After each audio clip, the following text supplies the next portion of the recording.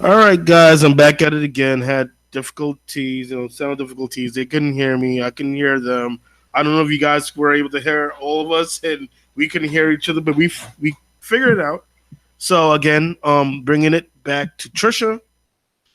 Trisha and Jason's on the call, but I want to hear from Trisha first. So Trisha, what's your thoughts? Uh, Sean, thank you for having me on the show.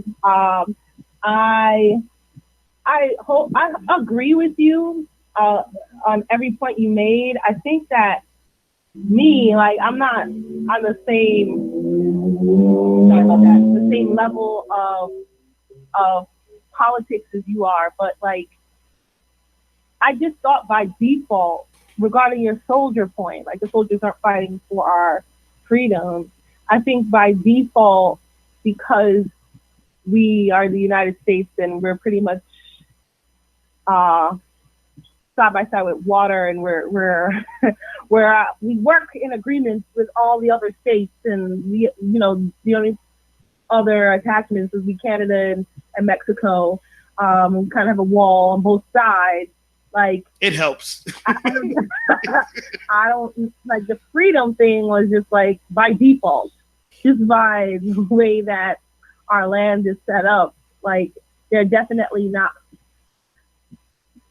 that I don't know what goes on behind the scenes, and with the threats that we may be getting that they're not revealing to the public. But I just thought by default, like our soldiers are pretty much might have a different agenda than others, other than fighting for our freedom.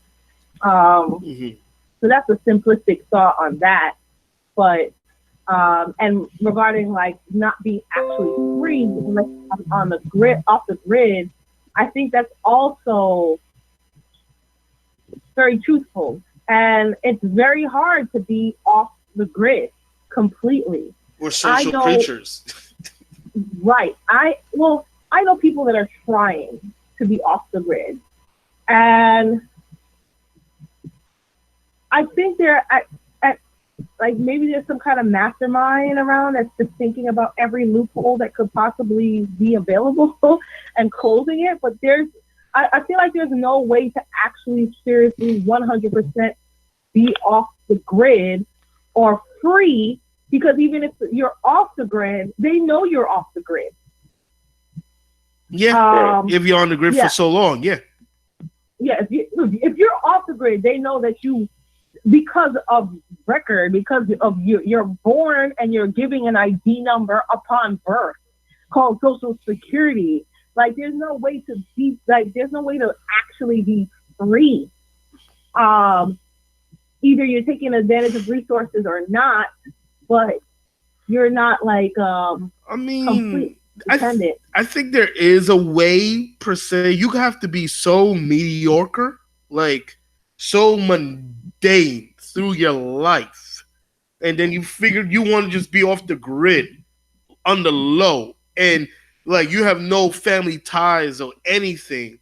Yeah, you can, because by the time the government realized that this person, this number, disappeared, you probably have like a long head start.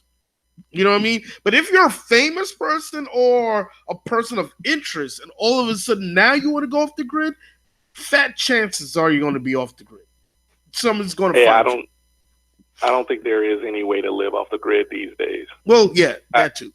I mean, if you think about it, right, in the '60s, you could divorce your wife and you could move 10 miles away, and they may not ever know it, right? I Hmm. mean, it's a famous Chappelle show joke that I love where he says, he's leaving his wife and his kids. He's going to get a pack of cigarettes, and he like lives like two highway exits down, and you'll never know it, right? And can have a whole new family.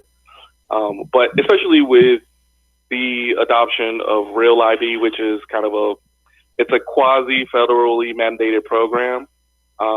But you know, it's very hard to live off the grid, especially, I mean, you can Google these things, right? The federal and state governments are becoming even more interconnected. It's been out that they're using um, facial recognition from DM Right. from DMV pictures and those databases are back interconnected to the FBI as well as ICE. So as we go further and further in technologies, some of those privacy rights and some of those things are going to come into question, and soon you won't be able to be off the grid. Will you be able to operate on cash only and have a state ID or driver's license? Yes, but well, that's the thing. If you're using your cash and driver's ID, you're not living off the grid. Like when I say live off the grid, like you building your own shelter from your hands, you're making your own clothes, you're getting your own food, like you're going from point A to point B. You're not using roads or anything like that. Once you use any kind of infrastructure, you're on the grid. Right. But that's the thing too. So let's just say you develop some type of disease or issue and you need to go to a hospital or some type of medical care, you're back on the grid. Of course. Right. So it may be a detriment to some level to do that as well, right? If you don't have modern medicine, then something as simple as chicken pox can really take your ass out, Yeah, and my point by going off the grid, I'm not saying it's an option. I'm saying that when it comes to freedom, you're only really free by the individual off the grid, if that's possible. I'm not saying it's an option. I'm saying that freedom, because we're social beings, we're meant to be within a society of people. That's how our species evolve. So by that, there is no such thing as freedom.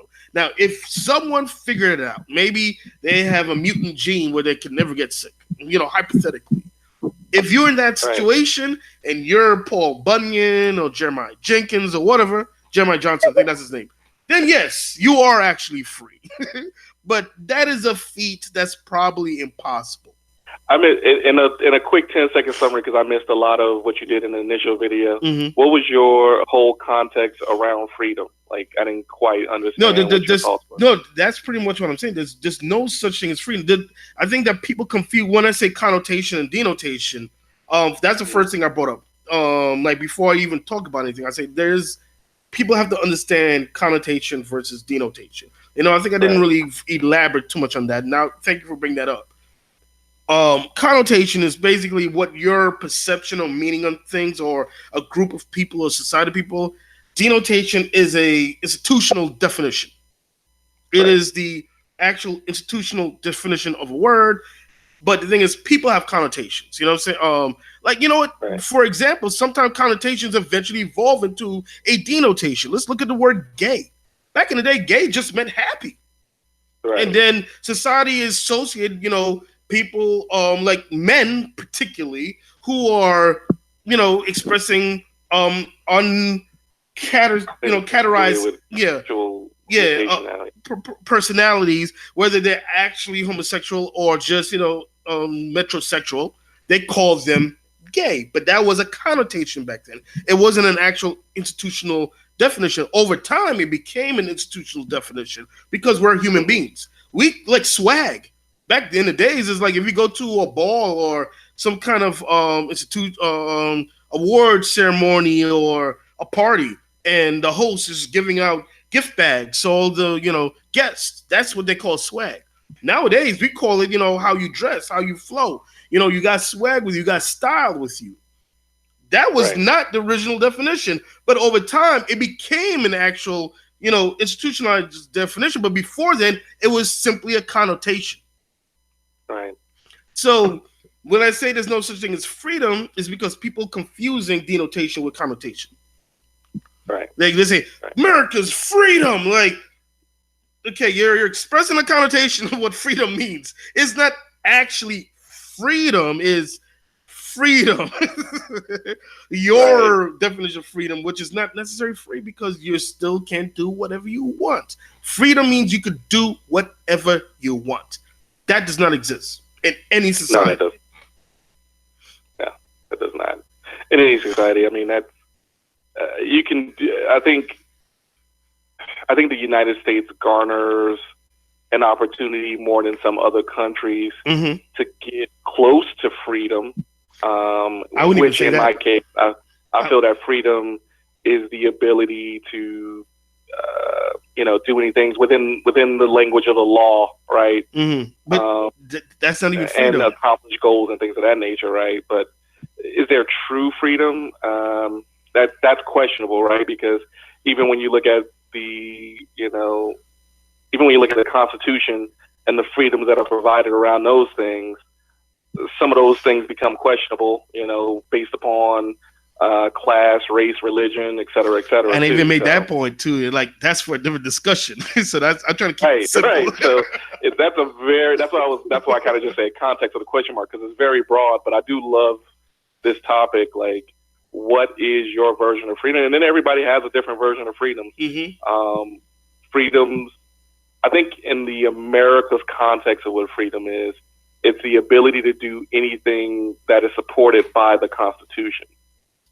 Yeah, and that's what we call rights. And we have rights. Rights can be defined. Freedom, you can't define freedom. There's no such thing as freedom. We have rights. And that's the denotation. The soldiers, they're fighting for our way of rights. Because if our government is compromised, guess what? Your rights are now compromised. From an external nation threat. And that is the the important duties of soldiers, but they're not fighting for your freedom, because if you decide to not go outside because you're afraid of your neighbor, you're sacrificing, you're compromising your own. I think that's the thing, right? Is what do you call that? I think you're harping on a good thing. I think when you say what is the DoD doing, they are fighting for the rights that are provided in the Constitution. Mm-hmm. They're not necessarily providing for freedom, so to speak, right? Yeah. That might be a better way to describe it, but I think that's the way that's another thing, right? That thing, the freedom of speech, right? Mm-hmm. That thing could very well go away if another country were to, and the freedom of speech is a terminology. So not to take that word freedom literally. Right. Well, I think the freedom of speech is really a literal one. I mean, it isn't, because you can't scream fire in a theater. There are limitations. So it's not necessarily free. It's a terminology. It's not literally freedom of speech. It's freedom of speech in a term, in a connotation sense, not literally the denotation of freedom of speech. There is no denotation freedom of speech. There's a connotation freedom of speech. What is it? Because number one, your speech does not protect you from private repercussion. Like if your job wants to fire you because of your thoughts that you made public, they can do that, and the government can't help you. Like, dude, you're fired. You know what I'm saying? You can't scream fire in a theater. You're going to get arrested. You can't disclose intellectual property that is protected. You can be sued. So there are limitations to what you say. So there isn't really a denotation freedom of speech. Freedom in the word freedom. There is a rights of speech, which should be called. You got a rights of speech, because there are limitations. There's no such thing as freedom. Yeah, and I know there's been a lot of kind of argument and discussion back and forth about that yelling fire and speech, and some people, I think it was if I remember correctly, like in the early 1900s, there was a Supreme Court ruling, that you couldn't do that. But even within some of those arguments, there was some I think there's still like discussion around that today. But I get what you're saying, right? And that's the thing, right? Is if the laws are set up correctly, some of those things can go away too. So yeah, and that's why I say it's rights. And that very well changed a lot with 9/11, right? There was some freedoms that we had before, and how those things are tracked very heavily. So it did. Yeah. So I get it. It depends on what you want to call it. I definitely believe that DoD and the federal government has its place and everything. Oh yeah, I believe so. And they're fighting for our rights. They're not fighting for our freedom. There's no such thing as freedom. That's what I'm saying. Yeah, they're protecting our rights, I should say. Not necessarily fighting. I mean, they're protecting. They're doing an awesome job. Don't get me wrong. Now, how you feel about the military or certain military policies around the world? Very questionable. I'm there at that, but they are actually protecting your way of life and your rights in this country. Without that kind of protection. Now, yes, Trisha did bring up a great point. We have two big oceans. It helps a lot. Well, I mean, here's the thing, right? Is that those two big oceans are there, and that helps, right? But there are other things that are becoming like threats as well, right? I mean, nowadays, as we interconnect more. And moving forward, those two oceans may not mean anything, but as you're speaking right now, they don't. They don't. I mean, the internet has proven that. I mean, and that's that's scary. So if you look at, for instance, if you look at the Air Force's mission statement and how it changed from like the 1990s and up until like about maybe 5 or 6 years ago, they recently changed it to where it's like in air, in space, and in cyberspace. Like they specifically have added that Air to Force their is in mission cyberspace. Yes, I thought that would be like a completely different branch. I didn't think it was only Air Force, but okay. They are, the Air Force is in cyberspace, right? So that's so they have part cyber of, planes too. I'm fucking around. You can Google a lot on that, right? But obviously we have other countries that such as i.e. China and i.e. Russia and other those things. They do a lot of meddling online. So yeah. Oh yeah. But I don't think. Well, the thing is, the meddling by China and Russia, I'm not really too afraid of. The meddling is what I'm afraid of is Iran and North Korea. Why I don't think China? Because look, you should be very afraid. Well, hear me out. That is a real threat. Hear me out. Okay. Now, I'm not saying that they're not a threat in a certain level. I don't think they're a threat to compromise our way of life level. Because for instance, if China were to disrupt America's way of life by any means, what I'm saying? War, internet, crash our economy. Number one, they lose one of their biggest source of income through the bonds that they brought from America. They owe a lot. We paying a lot of debt to them. They destroy our economy, they lose that income overnight. Why? Yeah. And not only doing that, they create a vacuum, a global economy vacuum. Everybody suffers. Why would they shoot themselves in the foot? For what reason? There is no reason. Russia's the same thing. Russia and China is trying to annoy the shit out of us, but not fuck up the world economy at the same time. So North Korea don't give a fuck. Iran don't give a fuck. Right. So hypotheticals, right? And Iran is in this too, right? I'm not just saying this could be China or Russia or whatever, but any country, right? Yeah. So hypothetically, I mean, from an internet perspective, right? We should. That is our biggest initiative right now, from a government perspective, is protecting our networks. Yeah. I mean, theoretically, you can have a country. You can have a country that would come in and actually could shut down the power to the entire East Coast. I'm with you on that one. Yeah. Now, not to say that, Lord willing, I hope that does not happen. I don't want that to happen.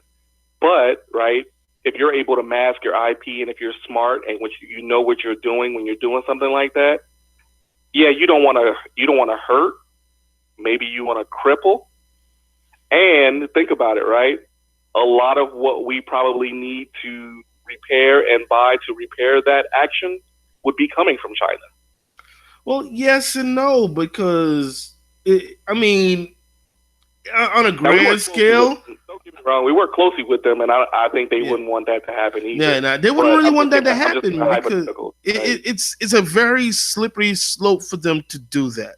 The best for them to do is go after one of a company and steal their intellectual property so they can sell it back to America. That's a level where China's at.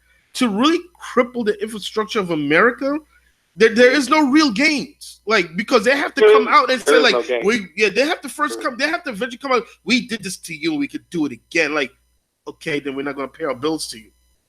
Right. You know, like, there is no gains for them to do. They have to come out because why do it and not come out? Right. I get it. No, I get it. But there's a lot of, like, I'll give you an example, right? Mm-hmm. China as a country, its population does not have access to the internet that we use. Mm-hmm. They operate on their own government-created and internally communicating internet, IP address range and subnets and all that good stuff, right? Yeah. There's got to be a reason why their government, not only for a control reason, right, because they are a very controlled country, mm-hmm. but they understand the power of having other governments connect to their entire infrastructure. Yeah.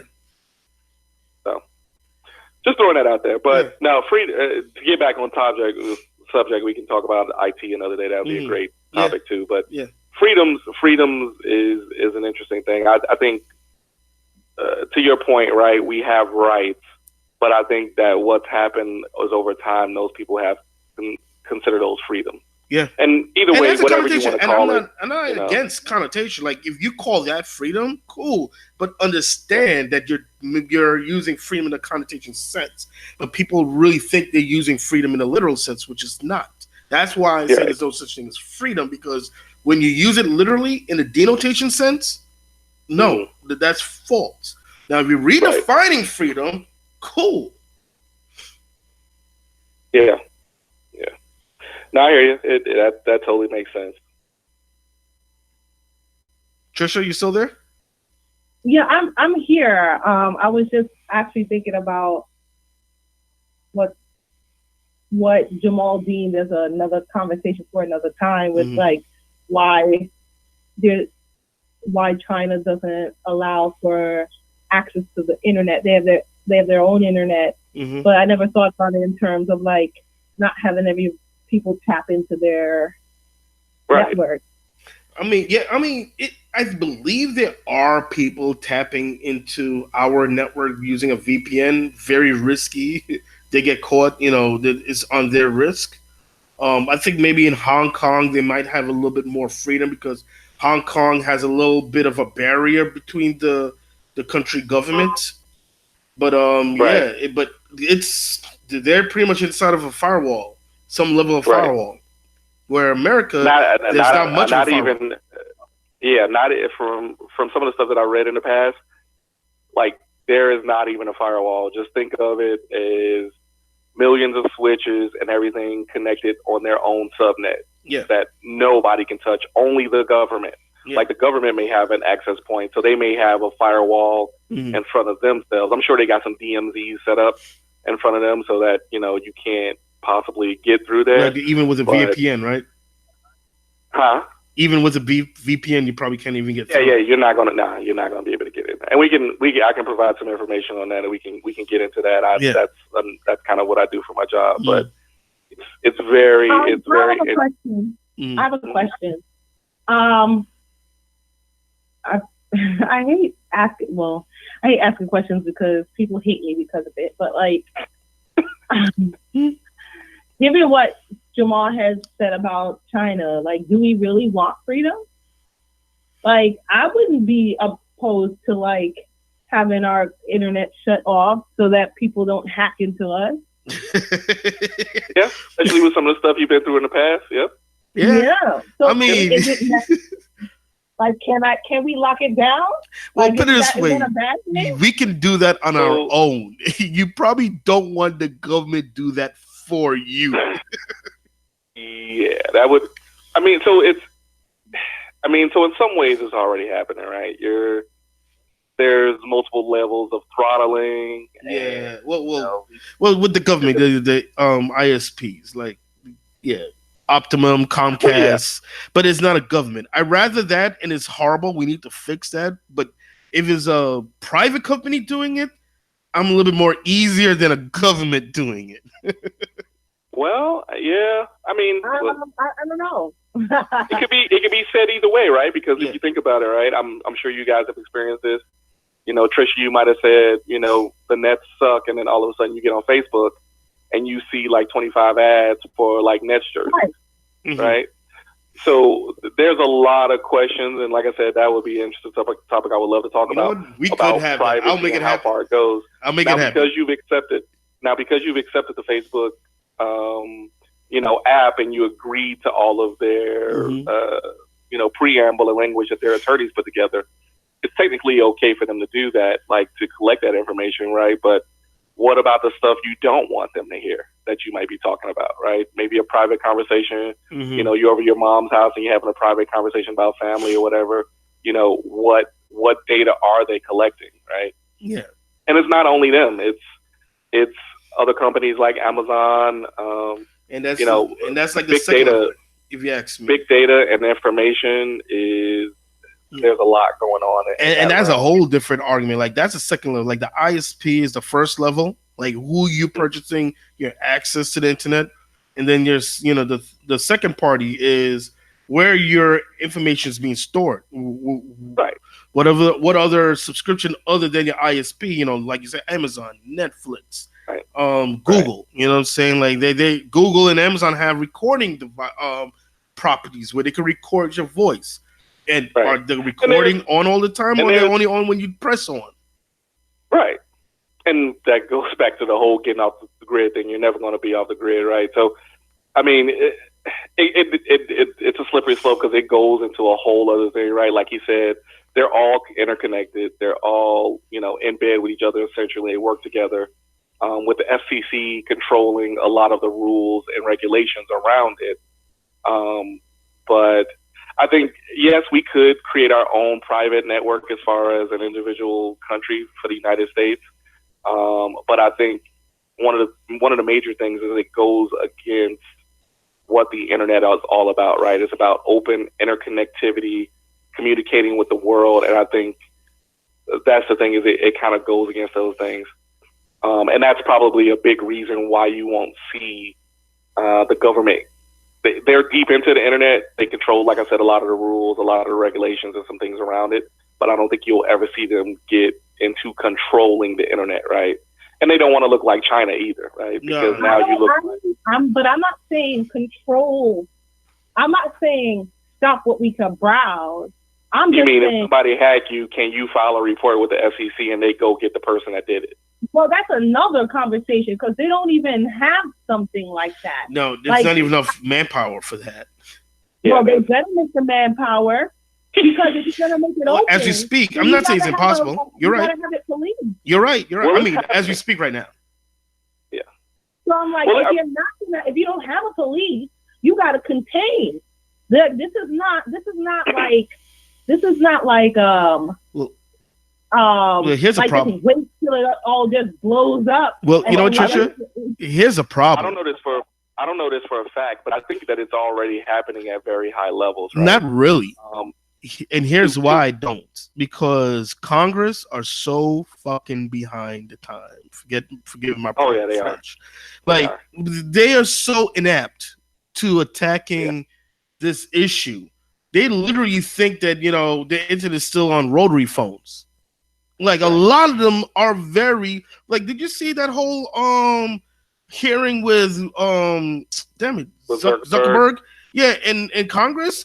Like they ask Yeah. stupid questions, like, and the approach to, you know, the internet and Facebook is like, no, Facebook doesn't do that. You're confusing us with Amazon, like things like that. Right. Like they're so inept in how the internet work right now as you speak. We're far away from the government stepping up and having some kind of, you know, comprehensive approach to what you're talking about, Trisha. So what I was going to say is, I don't know this for a fact, but I have a good feeling that in DoD spaces and from some of our special forces spaces and everything, they're watching infrastructure, right? So if you kind of follow the breadcrumbs, right, like Air Force says, in cyberspace, right? Mm-hmm. So adding that to that mission statement. Now, when you add it to the mission statement, it makes it a part of their area of responsibility. Now that it's their area of responsibility, if the United States was attacked in some type of form or fashion under, Title 10, I think. Mm-hmm. Now, if a country or someone else attacked them, that probably would give them the ability to attack back or to protect or defend certain things. Now, they probably would only be looking at high-level things like the Treasury, like infrastructure. They're not going to be looking at Trisha's MacBook, of course, but I think they do it, at higher levels per se, rather as opposed to certain things like that. So, well, listen, I mean, just for educational purposes, the government does have their own kind of, like we talked about how China has their own closed-in network. The federal government does have their own kind of network in that fashion as well too. So, but who's it protecting? The high government. level.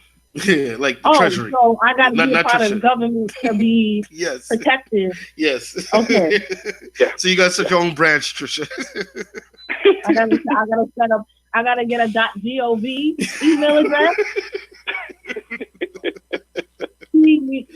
Y'all, I mean, it's a slippery slope. I know. Like, we all need to we want the freedoms, but I'm like, yo, if not having the freedoms get me protected like the .gov, then let me hand it over for a while. I don't need to be. Yeah, give me a .gov. At least I got, like, my tax money is going to protect me, whereas my tax money now is protecting people that work in the government, where I'm out here assed out, being hacked by every country in the world. And that doesn't make sense. End up paying taxes. And you know what? I think this needs to be its discussion on its own. It's actually very interesting. And Jamal, you're the expert on this, and I probably want to make this happen.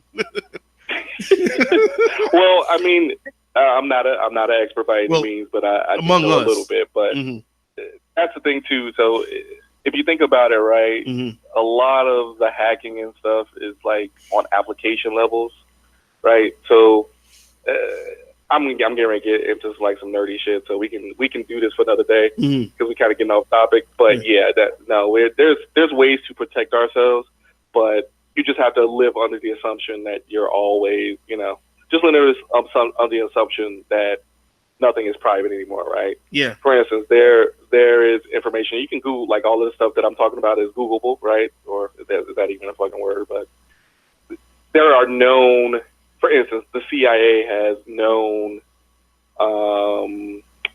technology that could hack port 553. Basically, it can hack HTTPS.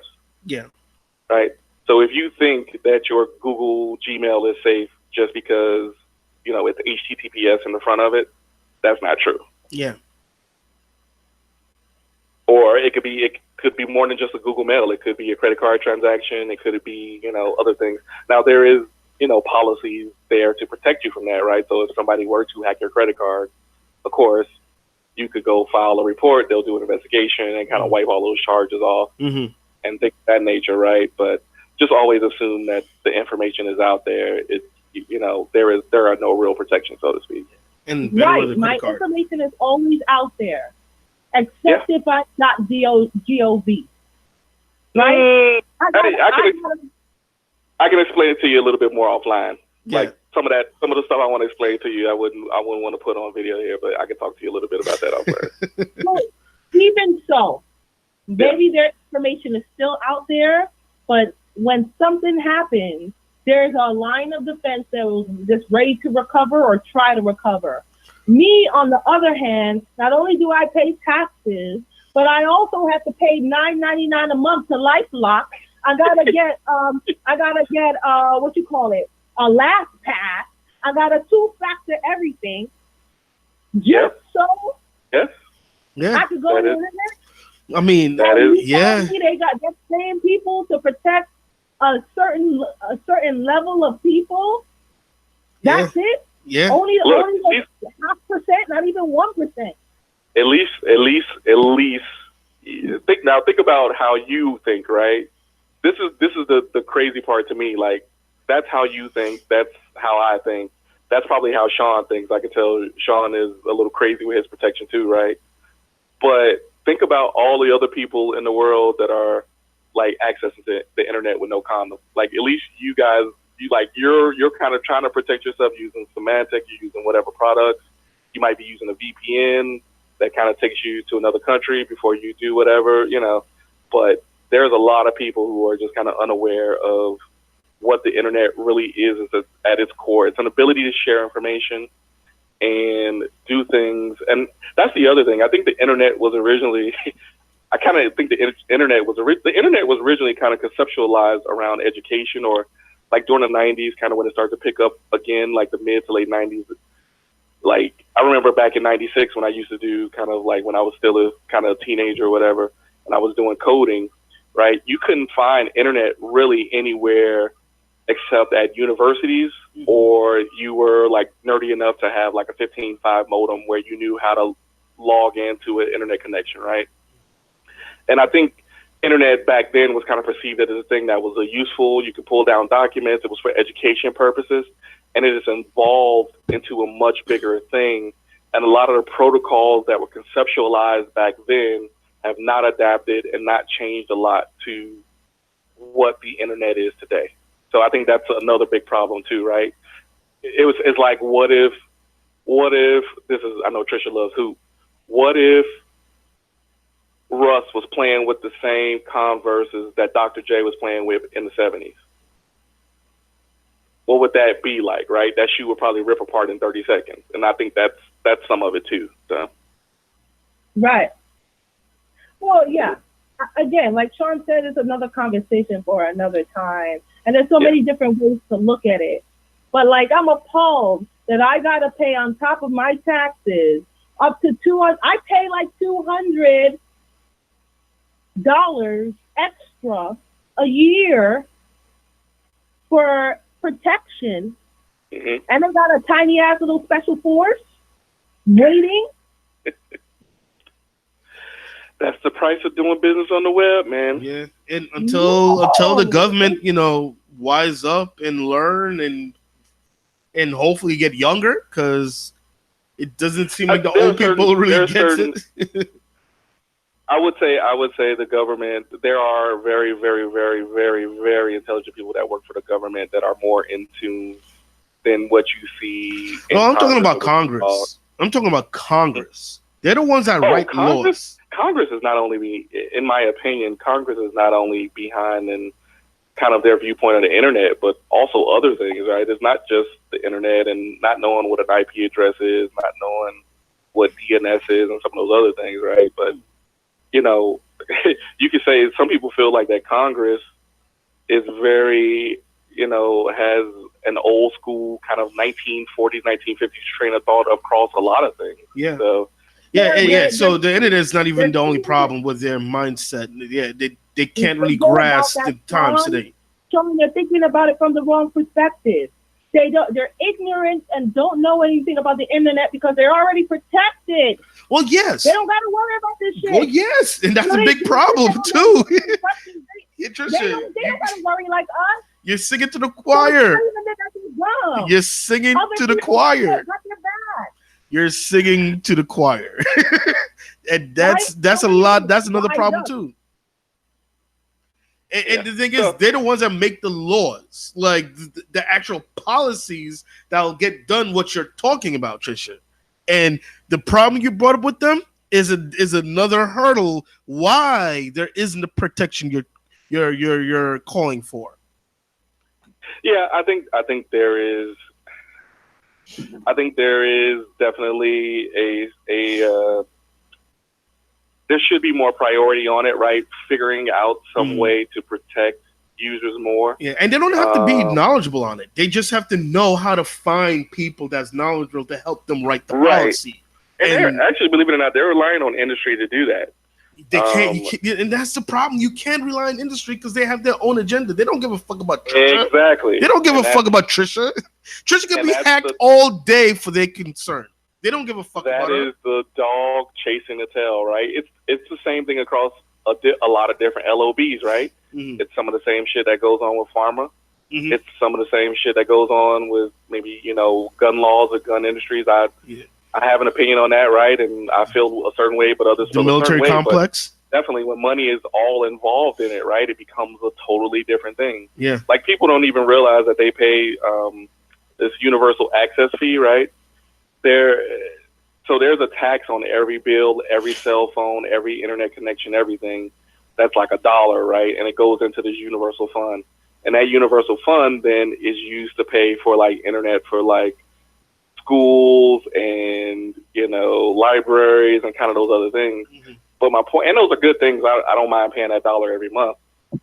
But the point is there's a lot of money that circles there, and anytime money is involved, there's going to be millions of different agendas and and thoughts about how to do things, right? And let me wrap this up. And on that point, which I'm probably going to talk on a little bit more, that brief on it before, is understand where taxes are going, where your tax dollars are going.